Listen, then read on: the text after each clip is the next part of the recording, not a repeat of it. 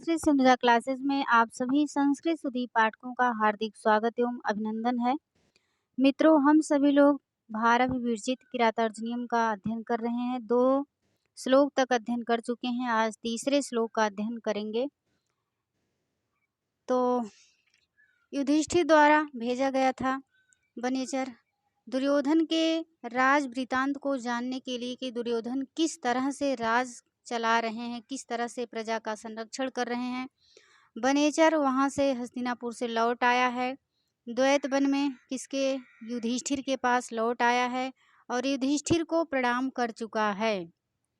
यहाँ तक हम लोग अध्ययन कर चुके हैं। वनेचर युधिष्ठिर को प्रणाम करके अब सोच रहा है कि कैसी वाणी का प्रयोग करके हम बोलें ताकि सही भी बोलो, जो बात सच्चाई है उसको भी बोलें, सच्चाई भी बताएं और युधिष्ठिर को बुरा भी ना लगे। तो सब अभी तक माहौल बना रहा है। अब माहौल बना चुका है, अब वो बोलने वाला है। इस श्लोक से, श्लोक संख्या तीसरे से अब वनेचर बोलेगा। तो उसके पहले हम लोग भी माहौल बना लेते हैं अपना, जो इसके आगे पढ़े हैं उसका रिवीजन कर लेते हैं। भारव का जीवन परिचय पे एक बार दृष्टिपात कर लेते हैं। क्या क्या पढ़े थे हम लोग इसके अगले वीडियो में। तो भारव के पिता का क्या नाम था? श्रीधर था। ये धारा नगरी के निवासी माने जाते हैं।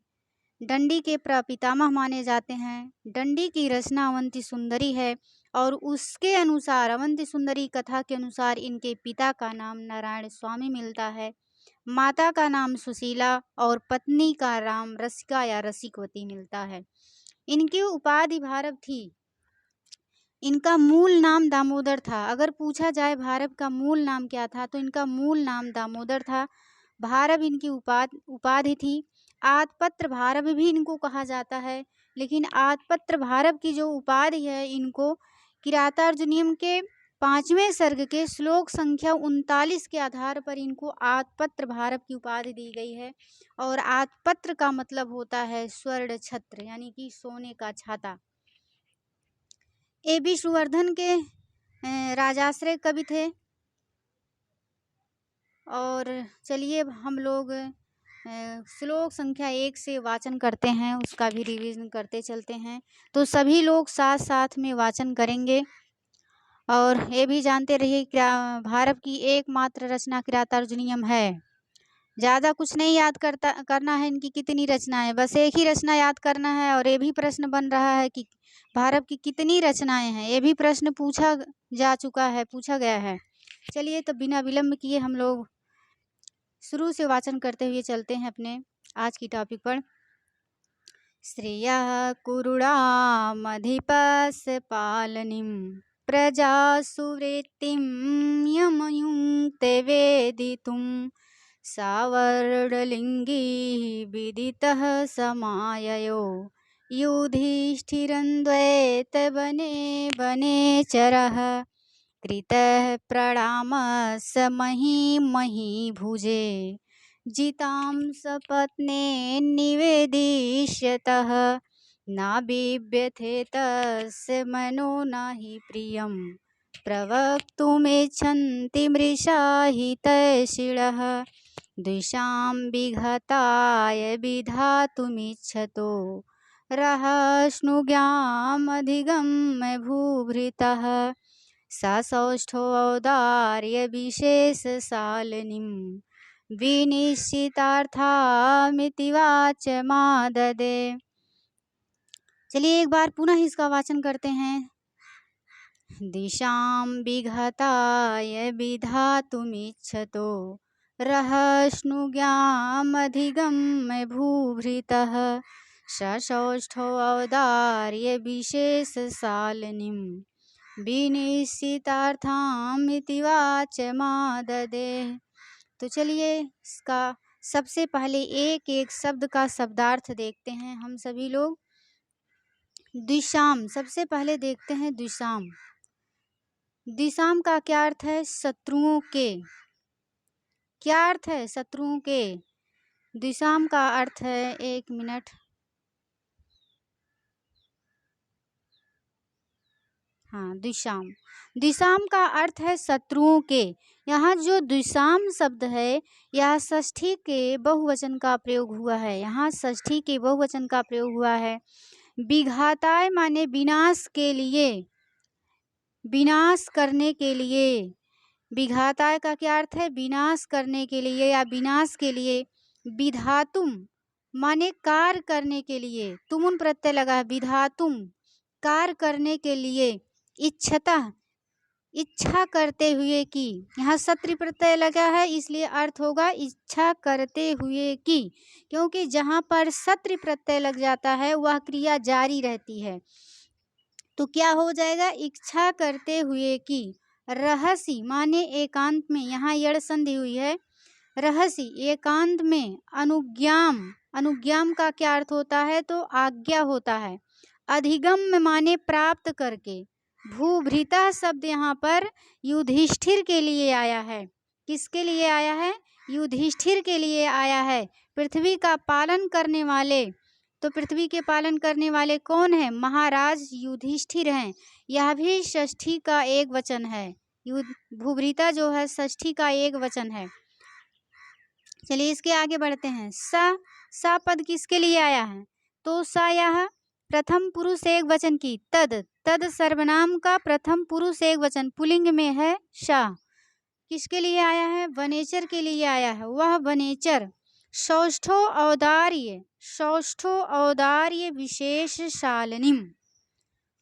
शब्द सौंदर्योम अर्थ गांभीर्य की विशेषता से सुशोभित। सौष्ठो औदार्य शब्द सौंदर्य एवं अर्थ गांभीर्य विशेष शालिनीम अर्थ गांभीर्य की विशेषता से सुशोभित। विनिश्चितार्थाम, यहाँ विनिश्चितार्थाम जो है द्वितीय विभक्ति का एक वचन है। विनिश्चितार्थाम विशेष रूप से निश्चित अर्थ वाली। वाचम माने बाणी, यहाँ वाचम जो है कर्म है और कर्म में द्वितीय विभक्ति का प्रयोग होता है, तो यह भी द्वितीय विभक्ति एक वचन का प्रयोग है। वाचम माने क्या होता है? बाणी, और द्वितीय विभक्ति एक वचन है। आददे का अर्थ यहाँ होगा कहा। कहा से लिया जाएगा? यह प्रथम पुरुष आदते, आददे प्रथम पुरुष एक वचन है। आंग उपसर्ग है, दा धातु है। आददे, आददे माने कहा। तो एक बार अर्थ फिर से देखेंगे आप लोग सरसरी निगाह से। विधा दिशाम माने शत्रुओं के, विघाताय माने विनाश के लिए, विधातुम माने कार्य के लिए, इच्छता माने इच्छा करते हुए की, रहस्य माने एकांत में, अनुज्ञाम माने आज्ञा, अधिगम माने प्राप्त करके। भूभृता किसके लिए आया? युधिष्ठिर के लिए आया, यानी कि पृथ्वी का पालन करने वाले कौन है? तो युधिष्ठिर हैं। सा किसके लिए आया? वनेचर के लिए। सौष्ठो औदार्य विशेष शालिनीम शब्द सौंदर्य एवं अर्थ गांभीर्य की विशेषता से सुशोभित। विनिश्चितार्थाम, विनिश्चितार्थाम इति वाचम आददे। विनिश्चितार्थम विशेष रूप से निश्चित अर्थ वाली वाचम वाणी को आददे कहा। तो चलिए अर्थ देखते हैं हम लोग अन्वय के माध्यम से। सभी लोग दिल दिमाग से एकाग्रचित हो जाएंगे। अगर कहीं अटके भटके होंगे तो चले आएंगे। सभी लोग पूरे मन से पढ़ेंगे तब अर्थ समझ में आएगा अच्छे से। जब दिल दिमाग से पढ़ेंगे, अगर इधर उधर दिमाग भटका रहेगा, दिल इधर उधर गया रहेगा तो नहीं आएगा समझ में। चलिए अन्वय देखते हैं। दिशाम विघाताय, दिशाम विघाताय, यहाँ से दिशाम विघाताय विधातुम इच्छतः। इच्छता भी षष्ठी विभक्ति एक वचन का प्रयोग हुआ है यहाँ इच्छता का। तो दिशाम विघाताय विधातुम इच्छता भूभृतः अनुज्ञाम, अनुज्ञाम रहसी एकांत में, अधिगम में प्राप्त करके।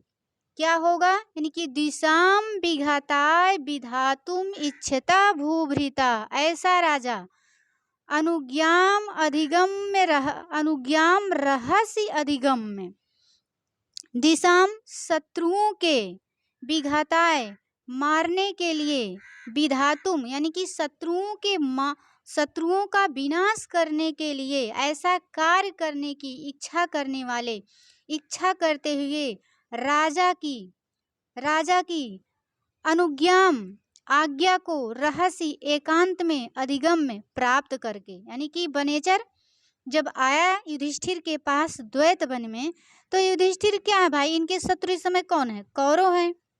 युधिष्ठिर पांडव इत्यादि के शत्रु कौन है, कौरव है।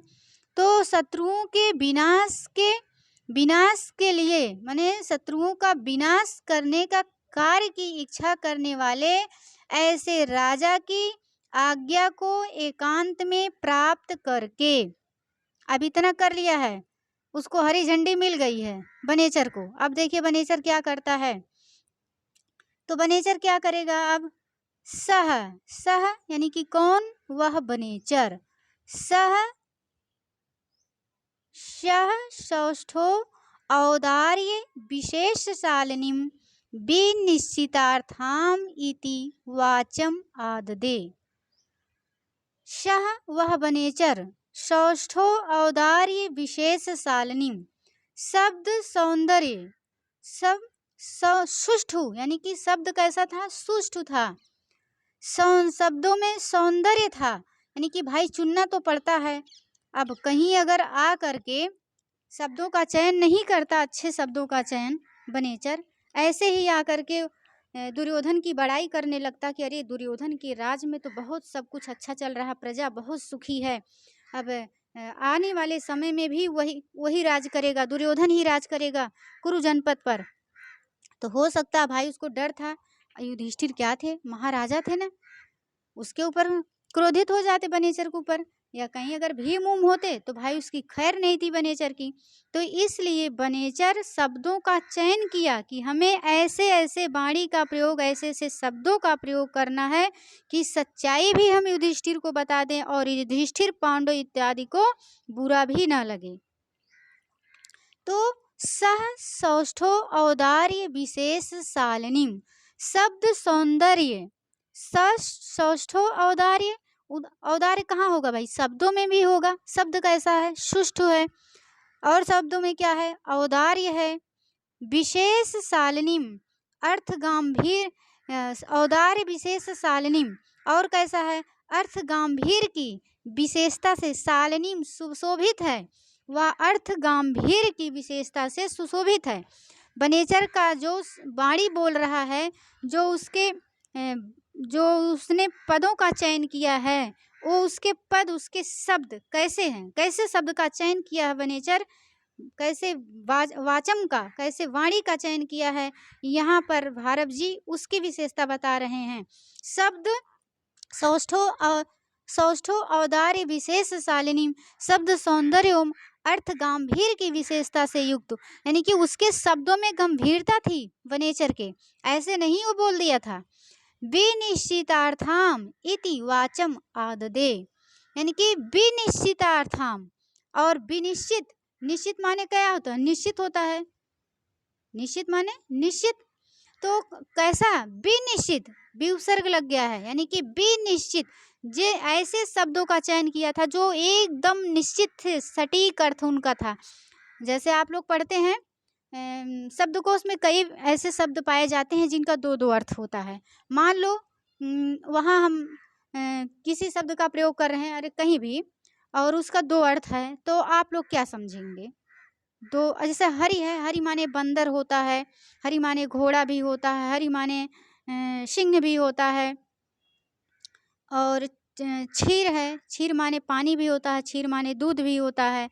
ऐसे बहुत सारे शब्द हैं कि जिसका दो दो अर्थ होता है। सैंधो ले लीजिए, सैंधो माने घोड़ा होता है, सैंधो माने नमक होता है।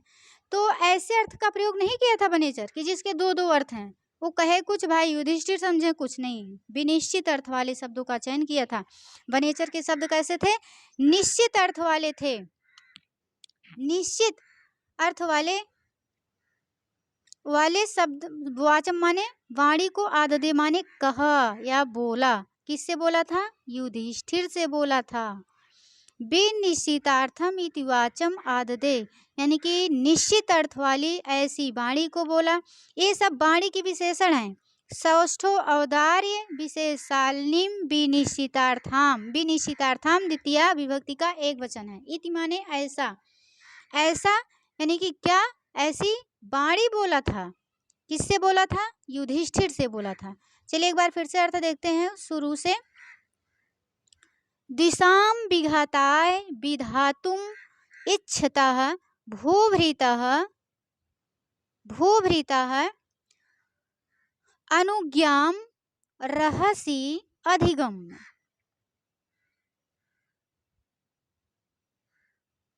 दिशां विघाताय विधातुम इच्छिता भूभृता अनुज्ञां रहसि अधिगम्य।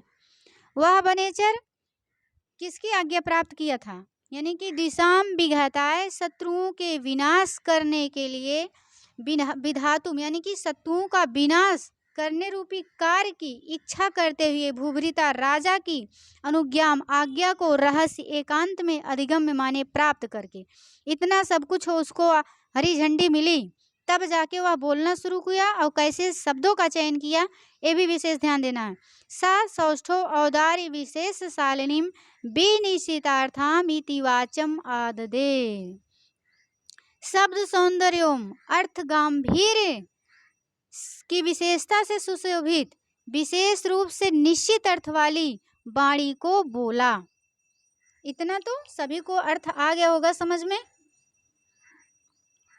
ऐसी वाणी को बोला। अब इससे आप लोग काव्य का प्रयोजन पढ़े हैं ना, बार बार कहते हैं, इसलिए भी आप लोगों को यहाँ काव्य प्रयोजन को बताते हैं कि आपका काव्य प्रयोजन भी इसी बहाने तैयार हो जाए। काव्यम इससे अर्थकृते व्यवहार विदेश शिवेतर छतये सद्य परिनिरुत्रे कांता सम्मितोपदेश युजे।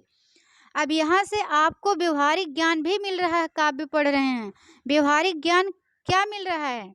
कहीं भी किसी के सामने बोलने से पहले शब्दों का चयन कर लेना चाहिए। कैसे शब्द हों? सुष्ठु शब्द हों, सौंदर्य से युक्त शब्द हों, शब्दों में गंभीरता हो, वाणी में गंभीरता हो, ऐसे वाणी का प्रयोग करना चाहिए। नहीं तो क्या पता कहीं सच्चाई बोलने के चक्कर में जाओ। भाई बात कहने का तरीका भी बहुत होता है। आप सच्चाई तो कह रहे हो, लेकिन ऐसे कह रहे हो कि पता चला आप सामने वाला रिएक्शन कर दे आपके ऊपर। रिएक्शन कर देगा तब तो हाथ पैर टूट जाएगा।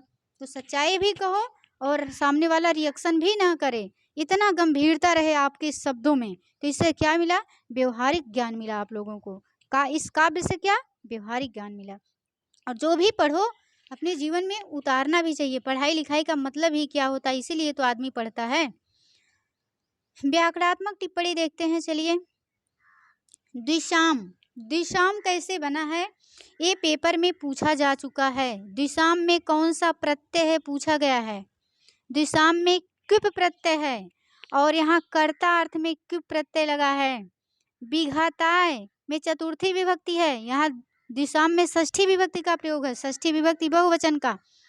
विघाताय में चतुर्थी विभक्ति एक वचन का प्रयोग है। बी उपसर्ग हन धातु घ प्रत्यय, और घ प्रत्यय के सूत्र से लगा है, भाव वचनाच सूत्र से घ प्रत्यय लगा है। विधातुम, बी उपसर्ग धा धातु तुमुन प्रत्यय, बी उपसर्ग धा धातु तुमुन प्रत्यय। पूछा जा सकता है कि विधातुम में कौन सी धातु है, तो कौन सी धातु है? कौन सी धातु है? धा धातु है। प्रत्यय पूछा जाएगा तो तुमुन प्रत्यय। इच्छता, इच्छता यहाँ षष्ठी विभक्ति एक वचन का प्रयोग है। इस धातु है सत्र प्रत्यय है। सत्र प्रत्यय जहाँ लग जाता है, जैसे खाता हुआ, रहता हुआ, जाता हुआ, पीता हुआ, तो इच्छता इच्छा करता हुआ, मतलब क्रिया जारी है। इच्छता इच्छा करता हुआ या इच्छा करते हुए ऐसे राजा, ये किसके लिए आया है? युधिष्ठिर के लिए आया है। भूभृता, भू उपसर्ग है, भ्री धातु है, क्विप प्रत्यय है, कर्ता अर्थ में है। अनुज्ञाम, अनुज्ञाम अनुपसर्ग ज्ञा धातु अंग प्रत्यय है भाव अर्थ में। अंग प्रत्यय है भाव अर्थ में। भूभृता, बार बार करें, भूभृता पेपर में पूछा जा सकता है, किसके लिए आया है, तो युधिष्ठिर के लिए आया है। समझ लीजिए, जो मुंह से निकल रहा है सब प्रश्न बन रहा है, सब प्रश्न बन रहा है। तो ध्यान पूर्वक सुनेंगे आप लोग। अनुज्ञाम, अनु उपसर्गे, ज्ञा धातु, अंग प्रत्यय भाव अर्थ में। अधिगम में अधि उपसर्ग, गम धातु, लेप प्रत्यय। अधिगम में मतलब प्राप्त करके, जो लेप प्रत्यय होता है, कत्वा प्रत्यय होता है, दोनों करके अर्थ देता है, लेकिन दोनों का अर्थ भी एक होता है। अब कहाँ लेप लगता है, कहाँ कत्वा लगता है। जब धातु में उपसर्ग नहीं लगा रहता है तो वहाँ कत्वा प्रत्यय का प्रयोग होता है। जब धातु के आगे उपसर्ग लग जाता है तो वहाँ लेप का प्रयोग होता है। लेप का अर्थ भी करके होता है और कत्वा का अर्थ भी होता है करके। तो अधिगम माने प्राप्त करके। रहस्य बहुत इंपॉर्टेंट है, रहस्य पूछा जा सकता है, यूनिक शब्द लग रहा है। रहस्य माने एकांत में, सप्तमी विभक्ति एक वचन का प्रयोग है, यहाँ सप्तमी विभक्ति एक वचन का प्रयोग है। रम धातु है, असुन प्रत्यय है, रम धातु असुन प्रत्यय से रहस्य बना है। रहस्य का सप्तमी विभक्ति एक वचन में क्या हो गया है, रहसी। रम धातु से असुन प्रत्यय रहस्य बना, फिर रहस्य का सप्तमी विभक्ति एक वचन में रूप चलाया गया तो क्या हुआ, रहसी। सौष्ठो, सौष्ठो सुष्ट यहाँ जो है अव्यय पद है और इससे अण प्रत्यय लग करके सौष्ठो हुआ है। औदार्य, औदार्य में उदार धन से, उदार में कौन सा प्रत्यय है, शय प्रत्यय है। शालनीम, साल धन ऋण धन गीप, साल धातु से ऋण प्रत्यय ताच्छील्य अर्थ में और स्त्रीलिंग की विवक्षा में गीप प्रत्यय हुआ है। सालनीम, साल ऋण गीप। अब चलिए समास देखते हैं। सौष्ठो औदार्य विशेष सालनीम, अगर पूरा शब्द दिया, जैसे ये कभी पूछा नहीं है फिर भी आप लोग देखते चलिए। सौष्ठो औदार्य विशेष सालनीम, अगर पूरा दे करके पूछे कि इसमें कौन सा समास है तो क्या लगाएंगे, बहुव्रीहि लगाएंगे। अगर सौष्ठो औदार्य विशेष तक दे करके पूछे तो षष्ठी तत्पुरुष लगाएंगे। अगर सौष्ठो औदार्य केवल दे तो इतरेतर द्वंद्व लगाएंगे। सौष्ठश्च औदारश्च तो इतरेतर द्वंद्व लगाएंगे। विनिश्चितार्था अगर दे तो बहुव्रीहि समास मारेंगे। विनिश्चित अगर पूछे तो प्रादि तत्पुरुष लगाएंगे। लकार आददे, आददे बहुत महत्वपूर्ण है, पूछा जा सकता है कि कौन सा लकार है, तो आददे लिट लकार प्रथम पुरुष एक वचन है, आंग उपसर्ग है, दा धातु है। आत्मनेपद है। कारक देखिए किस सूत्र से किस में किस विभक्ति का प्रयोग हुआ है। जो दिशाम में षष्ठी विभक्ति का प्रयोग हुआ है वह कर्ति कर्मणोः कृति सूत्र से षष्ठी विभक्ति का प्रयोग हुआ है वहाँ पर। और विघाताय में जो चतुर्थी विभक्ति का प्रयोग हुआ है वो तुमार्थास भाववचनास सूत्र से हुआ है। भूभृता में जो षष्ठी विभक्ति का प्रयोग हुआ है वह षष्ठी शेषे से हुआ है।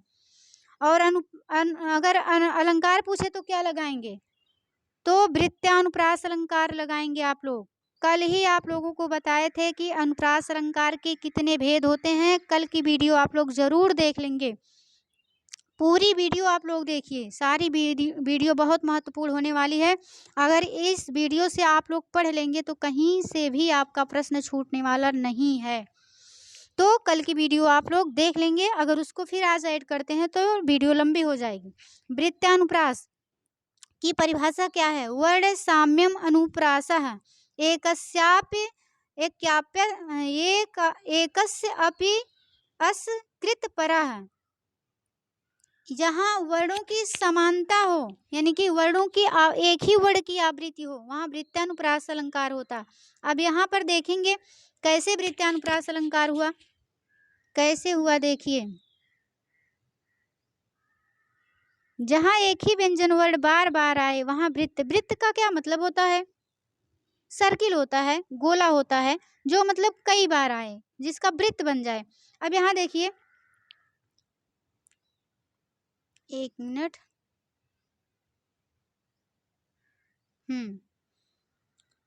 यहाँ विघाताय देखिए, यहाँ वी आया है वा, फिर यहाँ वा आया है, यहाँ ता आया है, यहाँ भी ता आया है, ता आया है। इसी तरीके से यहाँ वा आया है, फिर यहाँ वा आया है, यहाँ वा आया है, यहाँ वाचन आददे में आया, मतलब एक ही वर्ड की आवृत्ति बार-बार हो रही है। देखिए वी कितनी बार आया है, तो इसलिए यहाँ वृत्यानुप्रास अलंकार हुआ। जब एक ही व्यंजन वर्ड की आवृत्ति कई बार हो तो वहाँ वृत्यानुप्रास अलंकार होता है। अब कहीं अगर इसमें कुछ छूट गया हो इस श्लोक से तो आप लोग हमें बताएंगे कि इससे क्या प्रश्न और बन सकता है, क्या छूटा है। तो अगले श्लोक में हम उसको भी बताने की कोशिश करेंगे। आप लोगों को वीडियो कैसी लगी कमेंट बॉक्स में ज़रूर बताएंगे, इससे मेरा मनोबल बढ़ेगा, उत्साह बढ़ेगा, तो हम आप लोगों के लिए और वीडियो लेकर के आएंगे। तो जो लोग पहली बार चैनल को विजिट कर रहे हैं कृपया वो सब्सक्राइब कर लें ताकि कोई भी वीडियो डालें तो उनको जल्दी सूचना उसका मिल जाए। ठीक है, आज के लिए बस इतना ही। मिलते हैं किसी दूसरे वीडियो में। और आप लोगों से जाते जाते मेरा एक निवेदन है, जब भी बाजार जाएं आप लोग कपड़े का थैला लेकर के जाएं। कृपया पॉलीथीन का प्रयोग कम से कम करें। अपने पर्यावरण को स्वच्छ और सुरक्षित रखने की जिम्मेदारी लें। एक जिम्मेदार नागरिक बने। धन्यवाद।